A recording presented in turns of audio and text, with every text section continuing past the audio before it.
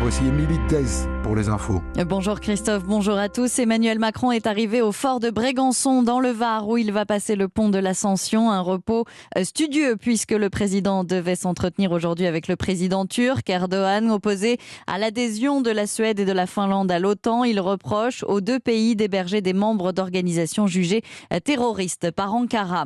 Pas de pont non plus pour le gouvernement. Elisabeth Borne réunit ses ministres demain matin à Matignon. La chef de l'exécutif veut définir les feuilles de route de chaque ministère et partager la méthode gouvernementale. C'est Noël avant l'heure, critique Jordan Bardella, le président du RN. Le gouvernement réfléchit à ne plus retirer de points sur le permis pour les petits excès de vitesse, autrement dit ceux de moins de 5 km/h. L'amende de 68 € serait en revanche maintenue. L'émotion est toujours vive aux États-Unis au lendemain de la fusillade qui a fait 21 morts au Texas. Joe Biden se rendra sur place dans les prochains jours pour rencontrer les familles endeuillées. Le drame relance une nouvelle fois le débat sur les armes à feu, mais le puissant lobby NRA s'est dédouané de toute responsabilité. Il dénonce l'acte d'un criminel isolé juste avant son assemblée annuelle prévue demain.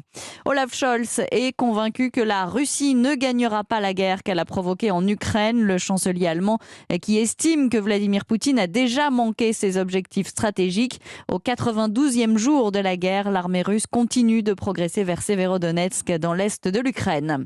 L'ancien président du Louvre, Jean-Luc Martinez, mis en examen pour blanchiment dans une enquête pour trafic d'antiquités. Il a été placé sous contrôle judiciaire. Allez, on prend la direction de la Porte d'Auteuil. Roland-Garros, l'événement tennis est sur Europe 1. Et 5e journée à Roland-Garros, après l'exploit de Léolia Jean-Jean qui a éliminé la numéro 8 mondiale, Hugo Gaston est sur le court, Suzanne Lenglen, Axel May, et on espère qu'il fera aussi bien.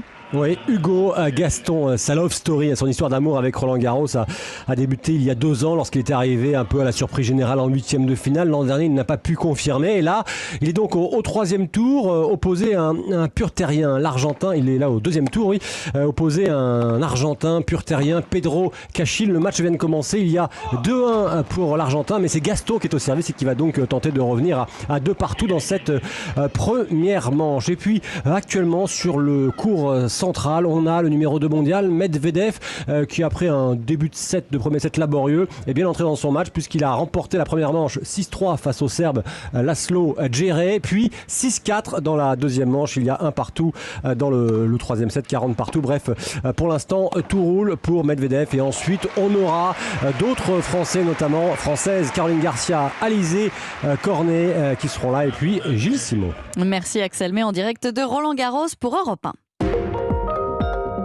Europe 1.